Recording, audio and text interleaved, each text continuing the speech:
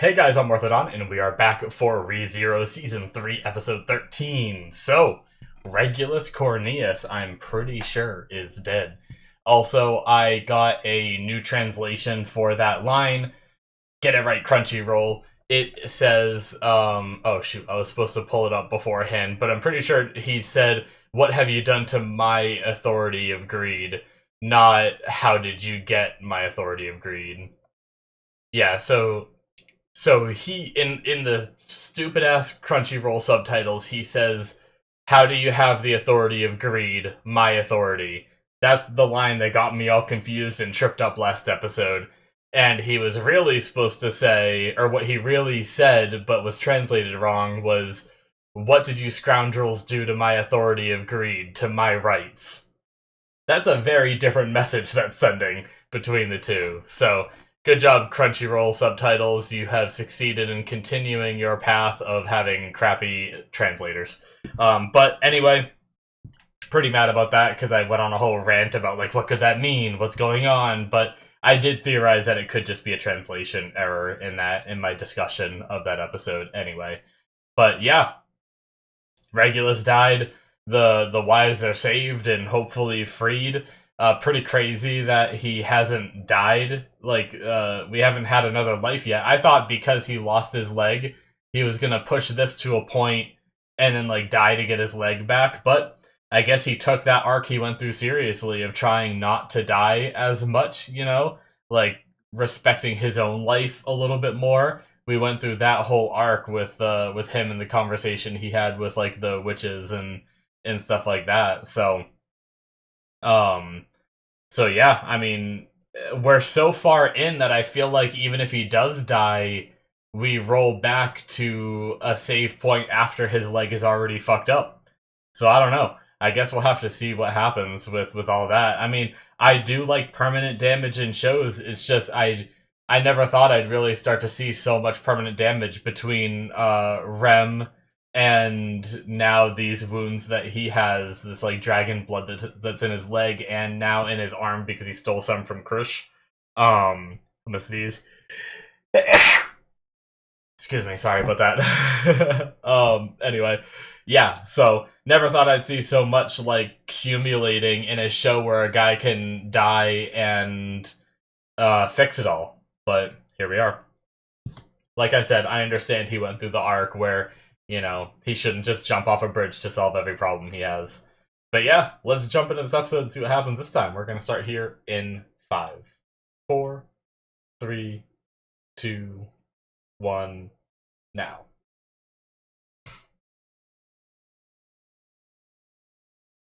Yes, the after credits left us with Garfiel's fight and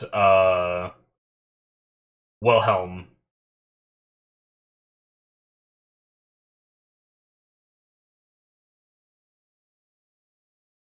More of these little shits.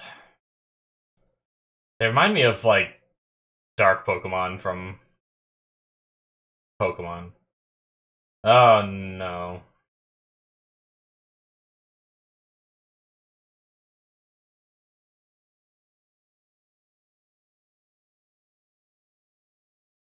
Man, is it just his subconscious doing that, or did she, like, curse him in some way?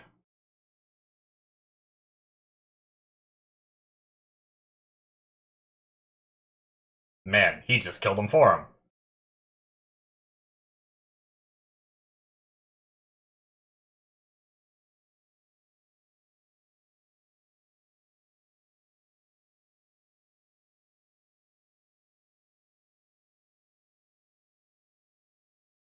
This guy's strong.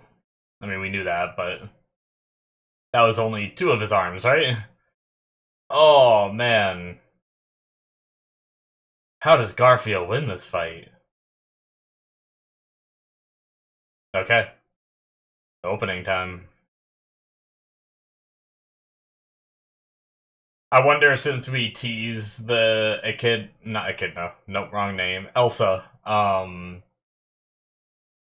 since we tease that, do you think he's gonna overcome during this fight this problem? I thought he already did kind of overcome it, but it seems to be coming back, so I wonder if we fully beat it during this fight, or is this something that's going to be more as we go forward, even past this fight? I guess we'll find out.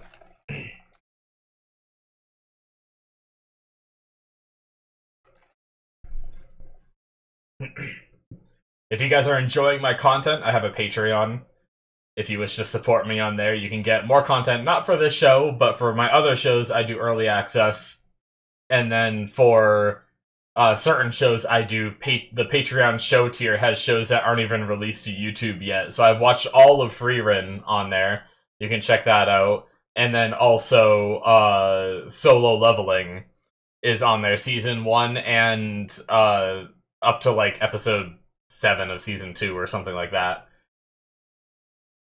At least at the time of recording this video. But yeah, check that out if you want more content. There's also live action shows in that tier as well, if you're interested.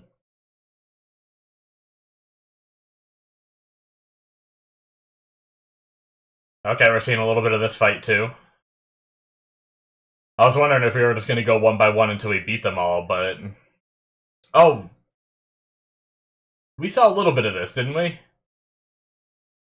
That was like an after credits or something. Damn.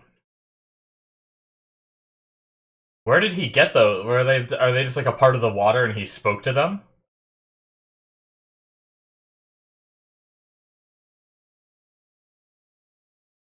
I have a feeling that's not it.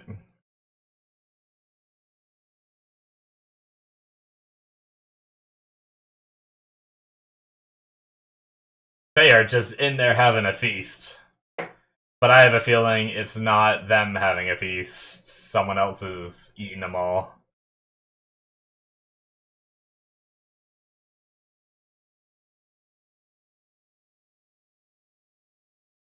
Oh. Oh no, I hope it's not the... Oh, it's probably not the camera then. I don't know why they'd call Subaru a sorcerer.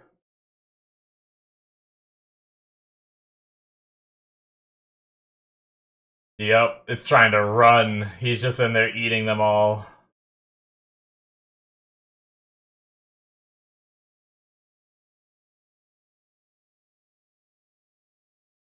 You guys could have ran.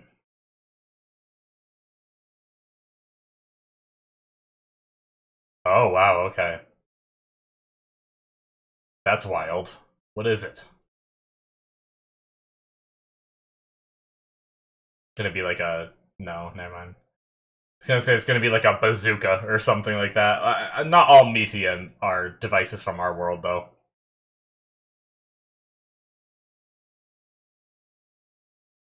But I don't even know if a bazooka would hurt Reinhardt. That's why I said, oh, maybe not.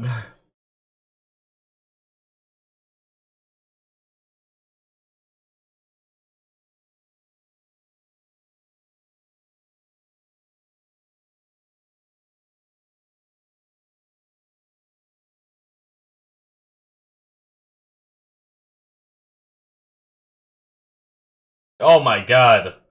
You just instantly took a hit like... Oh, oh, nice! Okay, okay. I underestimated him briefly. So he learned some tricks. Why could be so creepy?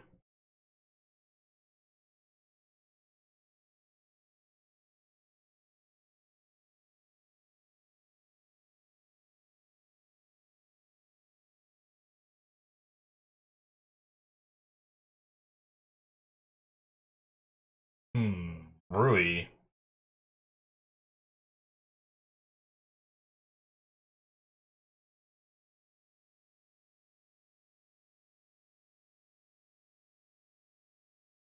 Oh, we're at the... Is this Al and...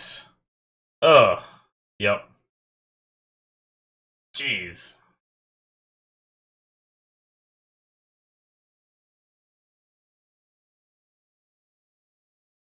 Man, so he's dodging and getting some hits in. Lust, right? Is it?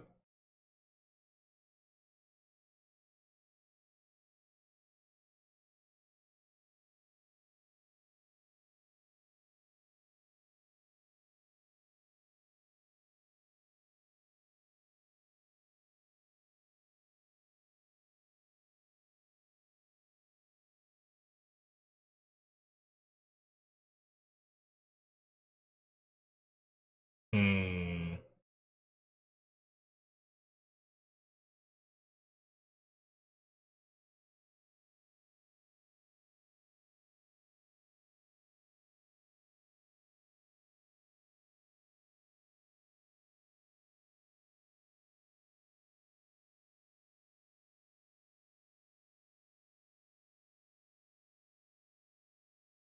Interesting.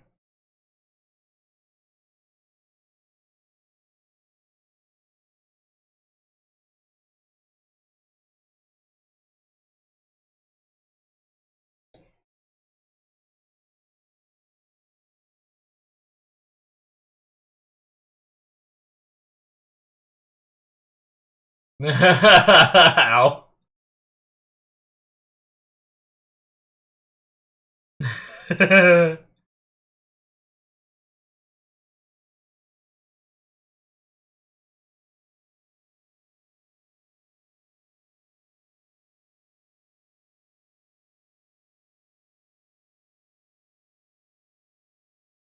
Oh god.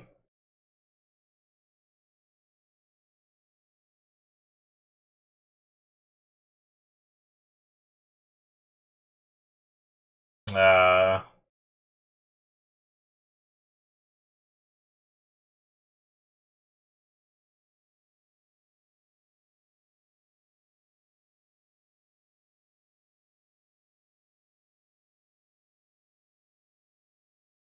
Hmm.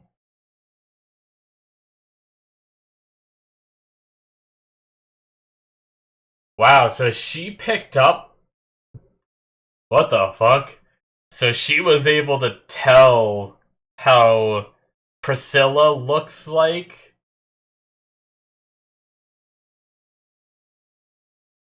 because of freaking just the way Al moved and that's wild. Damn.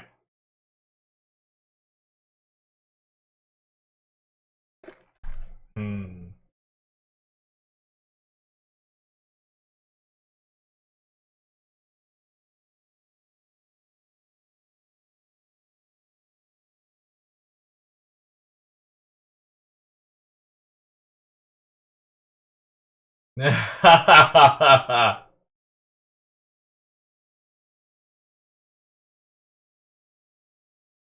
Damn. We're getting under the skin of a lot of these archbishops.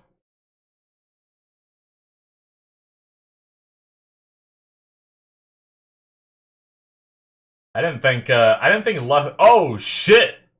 I mean, I'm sure she heals from that, right? I don't know how you beat her because she seems to just regenerate. Damn. Okay. Al is strong, man. I mean, yeah, I was gonna say she regrow from the head. Oh no, the head is just there. Okay, she's just gonna. Ugh. That can't be legal.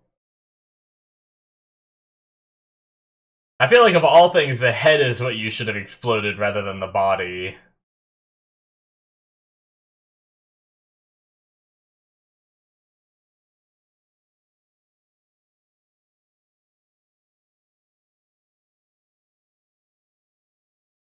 At least she can regrow her clothes, because that would make this fight a lot more awkward.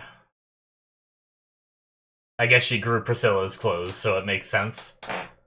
Oh, her little, like, bee butts on on her back shrunk when her arms got bigger. That's interesting. Does she use those bee butts as, like, mass for when she transforms? She turns into a dragon. That's not enough to turn into a dragon. Never mind. I was thinking maybe she can only turn into things as big as, like, what her body plus what those bee butts can turn into. She can't, like, increase her mass more than that, but no, she's turned into a damn dragon. Okay. Uh...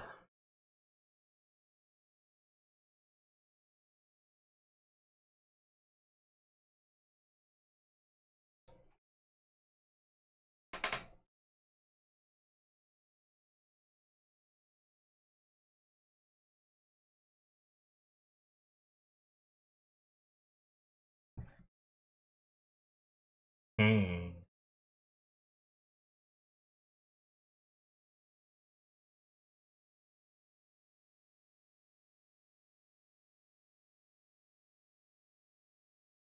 Damn.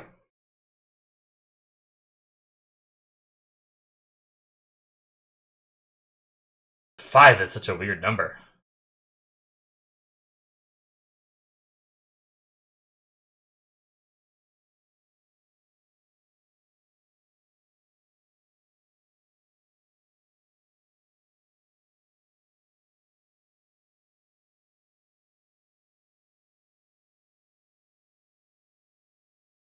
Oh, he was holding him behind his back.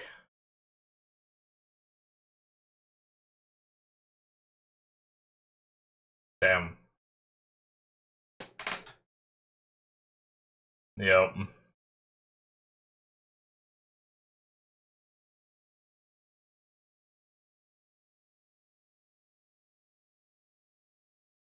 Oh. I don't even know what just happened there. Oh, he's got some damage in. Oh, I think he took far more damage, though.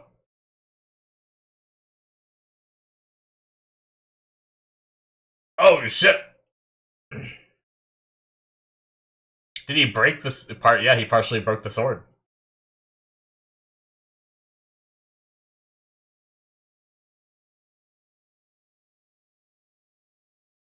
Wild.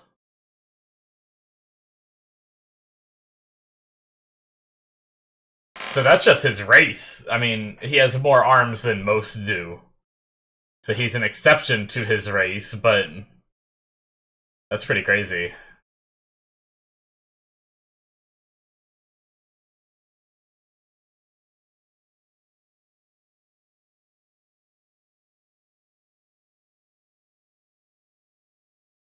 Come on, Garfiel!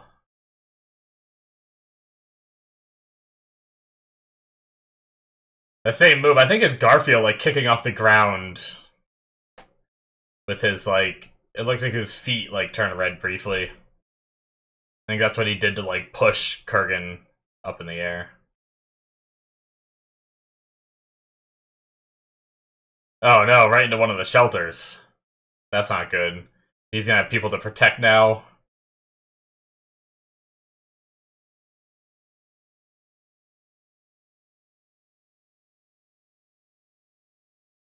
Oh no! Now he really has something to protect.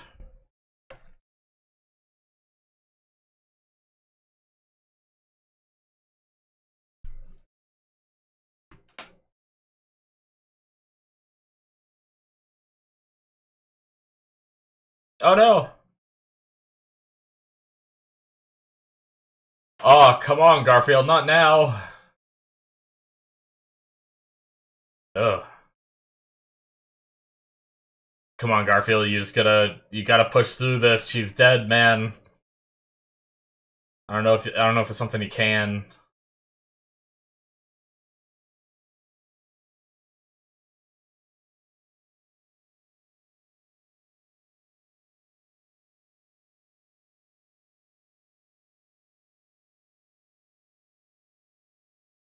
Fucking Elsa.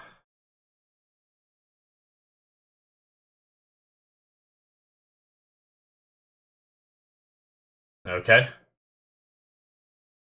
I still don't know if that shit's real or like an actual curse or just him. I can't tell.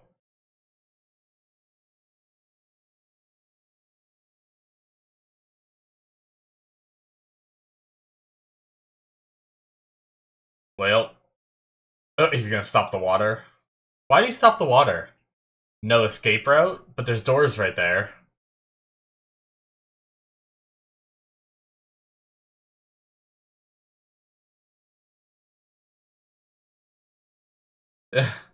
You're just cheering him on? Got an audience now, but there's also people to protect.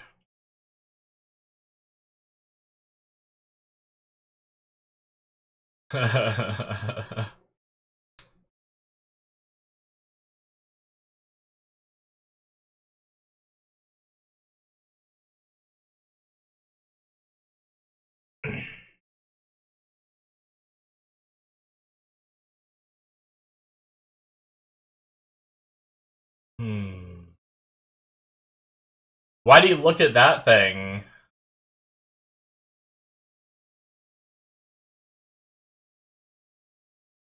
He cut... interesting, okay. Does he pull out more weapons? Ooh, okay. 2? 4? Is that all of them?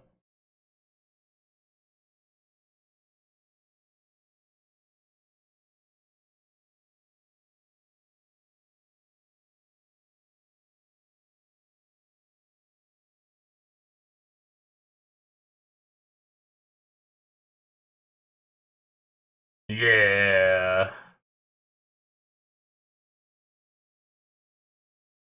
Alright, let's go, Garfiel. Seem to get a little bit of your confidence back. Ooh, let's go. Look at that fight.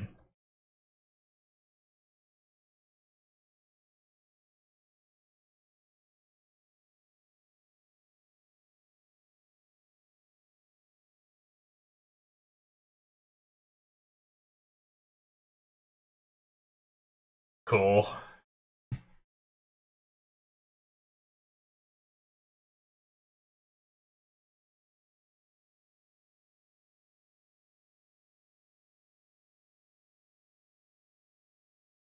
Oh, shit. Oh my god! What is this? It was like a parallax lens or something. That was weird. Oh my god!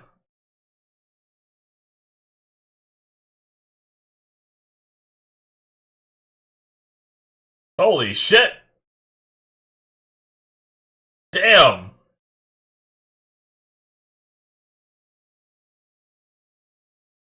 Oh, Garfiel! Oh, did the wound from before, like, slow him down? Or something?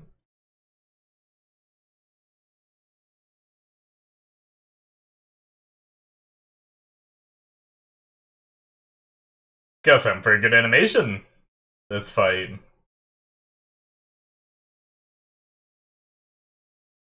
He dropped his weapons.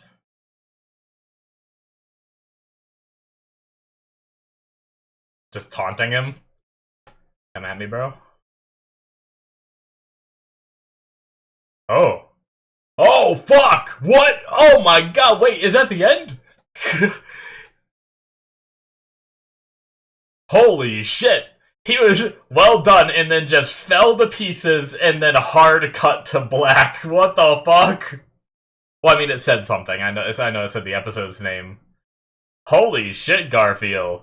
Well, I doubted you earlier on. I was like, well, how does Garfiel beat him? It seems like he didn't stand a chance. Well, gain a little bit of confidence and then win, baby. That's all it takes.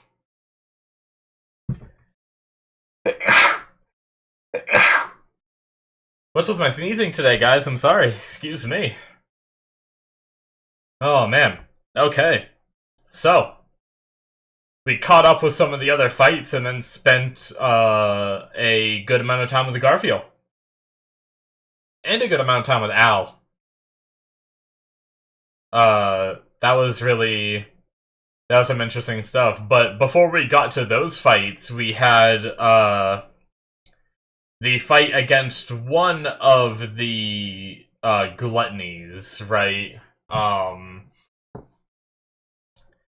There's two of them, and I think I wrote both of their names down at one point, but I don't remember what they are. We did learn in episode 7 that the water gate was not... Oh, we have after credits, hold on. He just turned into dust. Do you think he takes some of the blades? The devil's cleavers?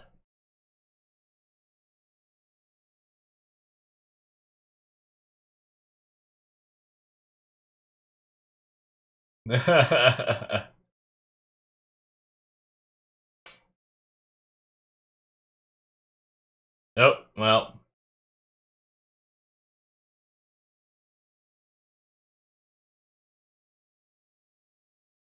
It'll be okay, I think.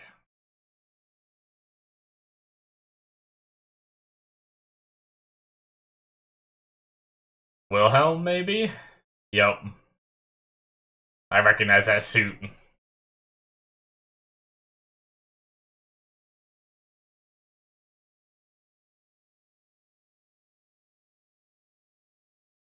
Oh, that sucks so much that he has to fight his wife, and she's still young and beautiful.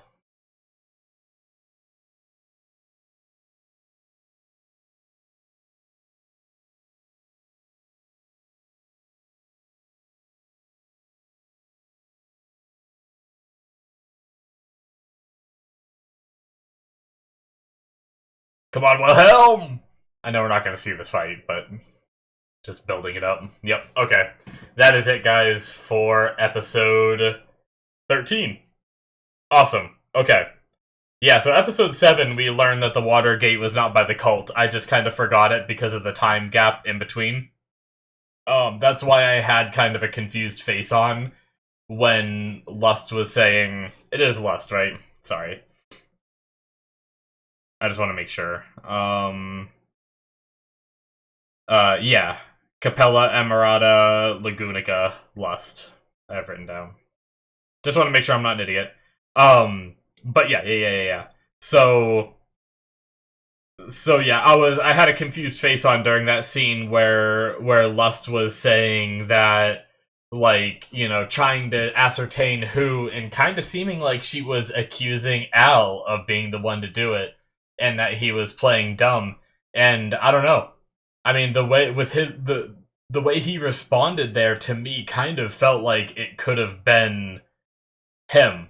Like, it felt like someone dodging questions because he doesn't want, like, because she's, like, nailing the answer, right? Like, I don't know. I could be wrong, but anyway. They also... Oh, yeah, that's right. I was looking for the names of Gluttony. I know I had one, but I don't know where the other one was.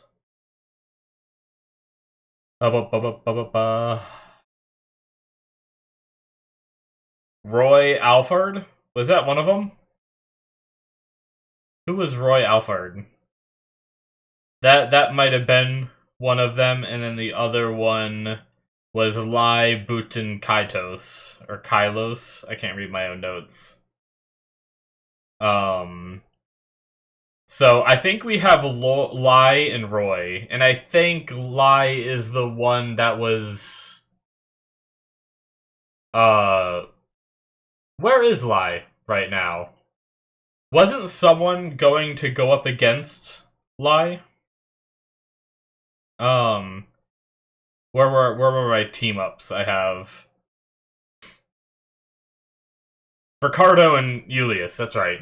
Ricardo and Julius were up against Gluttony. That's the plan set at the end of the first half that we had before the break. And so that they must be against Lai, and now I think this group ran into Roy. Okay. But Roy mentioned someone named Rui. He said, like, you. He listed, like, 3 people, and then said, Rui would like you. Who could Rui be? I can't think of any other names of any of the other people here that would be Rui. So I wonder what that's about. Maybe that's just teasing at something to come with Gluttony anyway. But yeah, we'll see. Anyway, as for the fights, we obviously had a lot of info. Well, we had a lot on that fight while we're there. While we're talking about Roy, I hope I got that name right. Let me search that real fast. Roy Alphard. Yeah. Okay. I don't want to be spoiled, so all I saw was the wiki saying representing Gluttony. So that is the name. Okay. With that fight, that was, I mean, it was a good move by, I knew it wasn't going to end that easy, right? Like it can't be just like command some water dragons or whatever they were called to go after him. But good on why can't I think of his name right now? That's why I keep like hesitating in this, because I can't, for some reason I'm spacing on Otto. There we go. Otto, good on Otto, must be talking to them through his divine protection, and sent them after Roy. But Roy ended up beating them all, which makes sense. I can't imagine Roy being beaten by, or Gluttony in total being beaten by something like that. So and props to the dude, man. The dude from the first episode that mugged Subaru. I think they said his name a few times, but I've missed it a few times. The one that's like a protector or something of Felt at this moment seems to have learned some tricks. He was able to like concentrate his mana in that one spot and block that weapon from hitting him. I think that's what happened anyway. So good on him. I threw him under the bus. I just assumed that he was like, when that moment happened, when Gluttony just came in and there was that reaction face from that guy, I was like, yep, he's stabbed. I just totally wrote him off. So good on him. But yeah, we have that guy to deal with, and then we cut away.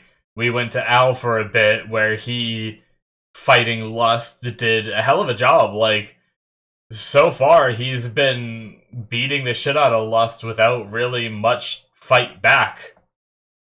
Now, one, I think he was a little foolish not to go for the head. If I don't even think that would have worked anyway. But if anything's gonna work, you're gonna destroy the brain, right?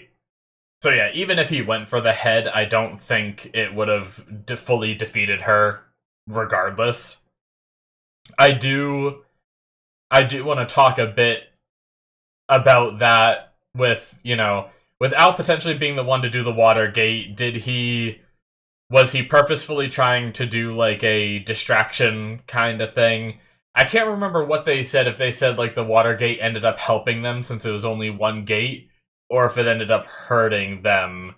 So I don't fully remember whether what Al did should I be considering that as a threat against us or as something helpful. But I mean, nothing too bad seems to have happened with that one gate, other than like some damage to the city and all that. But it's allowed us to come up with this plan, and cause I believe she said that things are going awry, like things were going great before the Watergate, and now things are fucked up, right? I think that's something along the lines of what she said. If I can try to find I've been thinking about the identity of the jerk who opened the Watergate. Just a tiny bit and flooded about half the city. If not for that, the trend in the city would have been all but set in stone. Which to me, that's her saying that, like, the things that she was doing and they had implemented would have kept, like, things would have kept going in their favor if not for that. That's how I took it anyway. And then he just says, I have no idea what you're talking about. But, Yeah. So, one thing I thought was really interesting was her lust need for, like, approval. I don't know if that's an aspect of her lust, like her sin, but she seemed to be trying to convince Al to love her, and because of that, it gave Al, like, some openings, and it really pissed her off. Like she got angry when Al didn't succumb, you know. And I mean, we know the witch, right? I believe it was Lust the witch that was able to, like, turn, like, people saw her. I don't even know if she did it on purpose, but people saw her as the people they loved, right? So this seems like a perverted version of that, where and she goes there and comforts people. I think that was Lust anyway. This seems like a perverted version of that, where she turns into people, like, she's able to ascertain who people love and then turn into them and try to get them to love her instead of the original people that they, like, the original object of the person's affection. And when Al denied it, she got, like, very angry and hot-headed and stuff. And it just seems interesting for a Sin Archbishop who's here on a mission to get so, like, angry at something that she is in control of, right? Like, I understand why in the Wrath fight we had Priscilla get under Wrath's skin by talking shit. I kind of understand that, but it's almost like Lust set herself up for failure, right? Like, she set this whole, like, standard of, I'm gonna turn into this girl and get him to love me, rather than just fighting him and killing him, you know? So it's like, I wonder why she has this fixation on making people like her. Is that everyone for her? Does she need everyone in the world to, like, be infatuated with her? Is that her sin? Is that one of her follies? I don't know. But I just thought it was interesting and just wrote down, like, need for approval or whatnot under, like, a note to talk about. So we got some jumping over to the big fight, the Kurgan, I believe is his name, versus Gorgeous Tiger, Garfiel. We got some of Kurgan's past being a race of people, so he's not just some, like, you know, like, we have those demon monster things, like, roaming the city. We saw a few of them this episode, and he, like he could have been some kind of, like, altered creation, maybe by Lust or something, who knows. I mean, they are, like, a couple of guards that are usually around Lust, so, like, maybe she used her dragon blood, or something else happened where he was, like, cursed and had these arms. But no, there's just a race of people in this world that have a bunch of arms. That's kind of cool. And they normally only have, like, 3 to 5, so him having 8 is, like, significant, and he was very powerful because of that, which makes sense. I mean, you know, against true skill, you could say that it doesn't matter the amount of arms, but it seemed like he had true skill and 8 arms, so he had the whole package. But so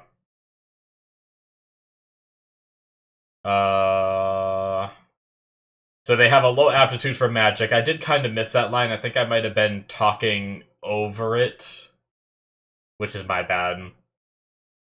And because of that low magic aptitude, even amongst, like, where demi-humans are protected, the multi-armed race was discriminated against. So, very interesting. So, I wanted to...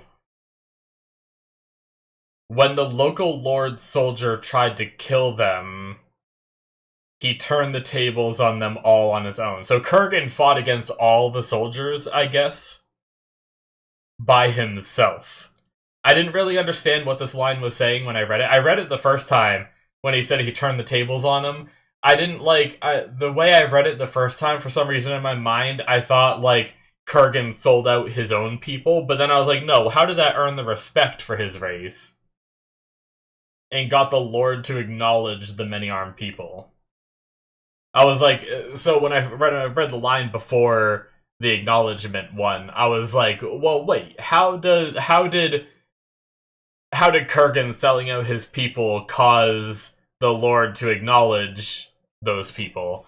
But no, I see. I misunderstood. He turned the tables on all the soldiers and everything. So interesting. Okay.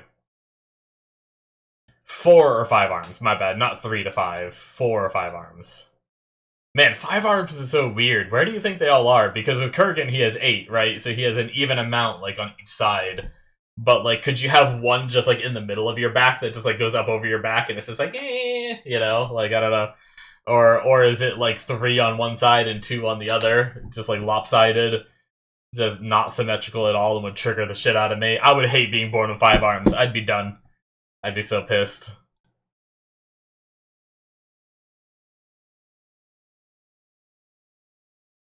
Oh, so he was sorry. Some of this dialogue went so quick, and I was trying to process it all.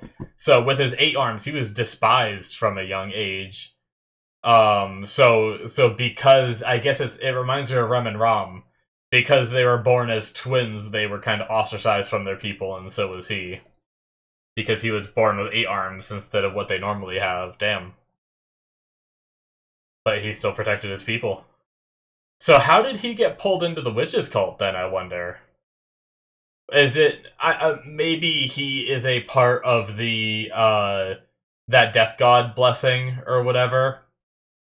Whatever is controlling Teresia, maybe that was controlling Kurgan as well. Because it sounds like he's not the kind of guy that would just go, like, leave. Someone who took up the sword to protect his people became this guy who is so respected in combat and everything to just become a witch cult member wearing, like, a hood the whole time until, you know, he revealed himself here, but I don't know. Did they say here? No, they just talk about drawing all the swords. It brings great honor. So, anyway, yeah. So I'm glad I went back, and I like sometimes I'm trying to talk and react and say something during a scene, and there's a lot of dialogue in this show, and because of that, sometimes I try to pick and choose where I say things, and because of that, I pick the wrong moment and miss something. So that kind of happened here, but yeah. So, and then I'll go back and try to correct the mistakes. I apologize for that. So I want to say he was being controlled. I don't think by choice he just went and joined the witches cult. I don't know if they have ever said throughout the series, like I said, there's a lot of dialogue, I may have missed it, of him being part of the same curse that Teresia is under, but that's what I'm going to choose to believe until I'm told otherwise, I suppose. So, with that, we had, on the flip side, we had Garfield's side of things, where he's struggling with the whole Elsa stuff again. Now, in the end, he stabbed her, and she said, "I love you," and he said, "I don't love you." Now, was that him, like, killing that aspect, or will we see it again?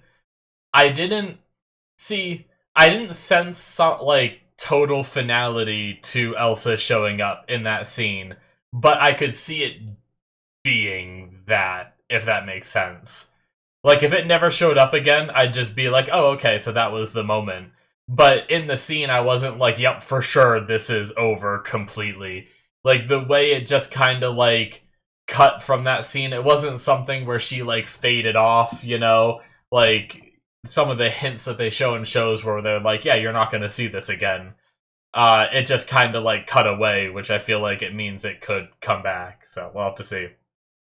But yeah, that fight animation was pretty crazy. I'd love to see whenever the Blu-rays come out for that. I know the fights in the Blu-rays are always, like, way better. Like, the animation is way more polished and everything. I feel like that fight's gonna be insane in the Blu-rays. But it was pretty crazy. There were some moments where it was hard to tell what was going on. Like, when he put his foot, like, meant like 3 or 4 times in that fight. He put his foot down, it glowed red, and then they went like flying. And I'm starting to think, I saw some of the pillars come up after one of the times.